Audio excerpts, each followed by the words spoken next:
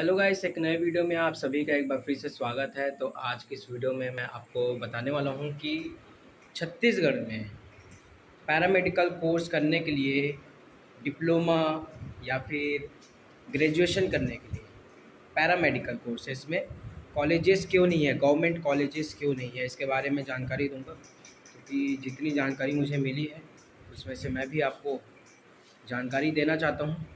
और ऐसा इसलिए क्योंकि बच्चे यहाँ से जाते हैं दूर दूर पैरामेडिकल का कोर्स करने के लिए, जबकि अगर छत्तीसगढ़ में पैरामेडिकल का कोर्स करने के लिए गवर्नमेंट कॉलेजेस होते तो बच्चों को इधर उधर नहीं जाना पड़ता और फर्जी कॉलेजेस के चक्कर नहीं काटने पड़ते।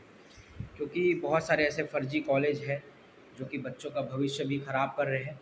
तो उसके वजह से जो है यहाँ भी छत्तीसगढ़ में भी पैरामेडिकल का कोर्स कराया जाना चाहिए डिप्लोमा और ग्रेजुएशन के लिए। क्योंकि छत्तीसगढ़ में सिर्फ सर्टिफिकेट ही कोर्स कराया जाता है। तो ऐसा किस लिए है, एक्चुअली में लोगों ने इतना कन्फ्यूज़न बना दिया है इस चीज़ को लेके। क्योंकि आप ये जानते हैं कि हमारे पैरामेडिकल कोर्सेज में बहुत सारे कोर्सेज होते हैं।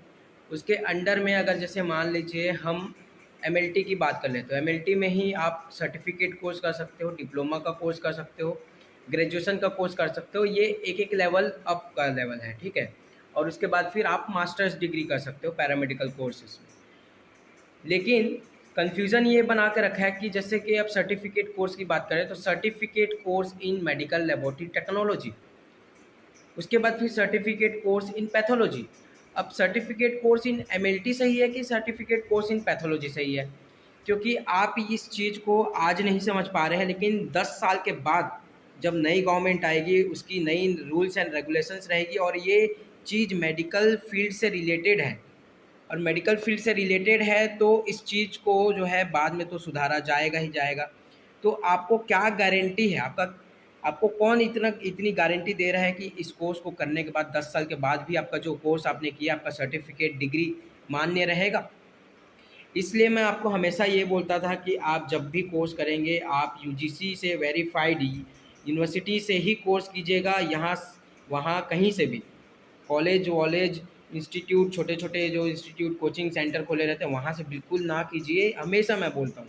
क्योंकि बहुत लोग अभी जो बच्चे हैं अभी फंसे हुए हैं, एक कॉलेज फर्जी निकला है उसके वजह से।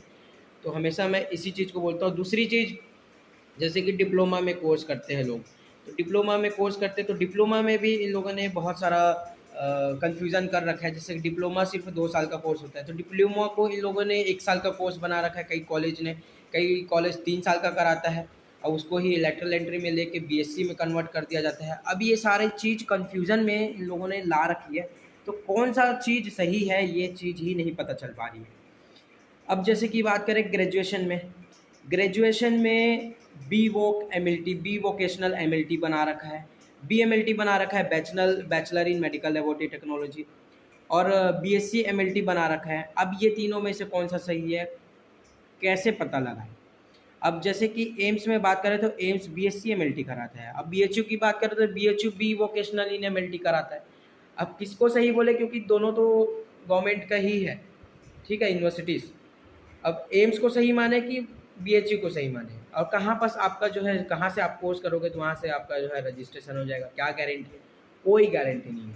इसलिए जो है छत्तीसगढ़ में ये सारी कोर्सेस नहीं कराई जाती, ऐसे बोल सकते हैं। अब इसमें गलती किसकी है? गलती तो गवर्नमेंट की है। क्यों? क्योंकि एमपी में तो ये सारी चीज़ कराई जा रही है। तो एमपी में कैसे कराई जा रही है? क्योंकि वहाँ की गवर्नमेंट ने सारे रूल्स एंड रेगुलेशंस बना रखे हैं। राजस्थान की बात करें तो राजस्थान ने भी अपने रूल्स एंड रेगुलेशंस सारे बना रखे हैं पैरामेडिकल कोर्सेज को लेकर। तो इसलिए जो है छत्तीसगढ़ में अच्छे रूल्स एंड रेगुलेशंस ना होने की वजह से, जिसकी वजह से रजिस्ट्रेशन होने में भी देरी लगती है। कहाँ 1 महीना, मेरे को तो 6 महीना हो गया मैंने रजिस्ट्रेशन के लिए अप्लाई किया, 6 महीने से मेरा कोई भी अभी रजिस्ट्रेशन नहीं हो पाया है। बस नोटिफिकेशन रिलीज़ करते हैं, उसी को मैं देख देख के जो है आगे की जो पेंडिंग हो जा रही चीज़ें उसको कंप्लीट करते जा रहा हूँ। तो ऑनलाइन ना हो जाए होने की वजह से भी दिक्कत आती है, क्योंकि ऑफलाइन है तो जा के बार बार देखना पड़ता है। दूर दूर से लोग हैं जो नहीं जा पाते उतने दूर, तो उन लोग का काम लटका ही रहता है। तो इन सारी चीज़ों को लेकर जो है ना, यहाँ पर ये पैरामेडिकल के कोर्सेज है वो नहीं कराया जाता। तो आप क्या चाहते हैं आप तो यही चाहेंगे कि यहाँ भी पैरामेडिकल का कोर्स कराया जाए, या फिर आप बाहर से करके आ सकते हैं तो बाहर से कर सकते हैं, लेकिन उनका क्या जो कि बाहर करने नहीं जा सकते। तो एक तो एमपी है, अगर आप करना चाहते हैं पैरामेडिकल का कोर्स तो आप छत्तीसगढ़ में मत कीजिए, बिल्कुल भी नहीं, क्योंकि यहाँ जितने भी इंस्टीट्यूट है ना वो कैसे चलते हैं आपको मैंने पहले ही बता दिया था। अगर वो वीडियो देखेंगे आप तो नीचे स्क्रॉल कीजिएगा, मिल जाएगा। अगर आपको करना है कोर्स तो सबसे बेस्ट है एमपी, क्योंकि एमपी में आप बड़े यूनिवर्सिटी से करते हैं तो वहाँ पर आपको पूरी गारंटी दी जाएगी, और वहाँ पर जो है आपका रजिस्ट्रेशन हो जाता है। एक बार रजिस्ट्रेशन होने के बाद आप रेसिप्रोकल रजिस्ट्रेशन यहाँ छत्तीसगढ़ से करा सकते हैं।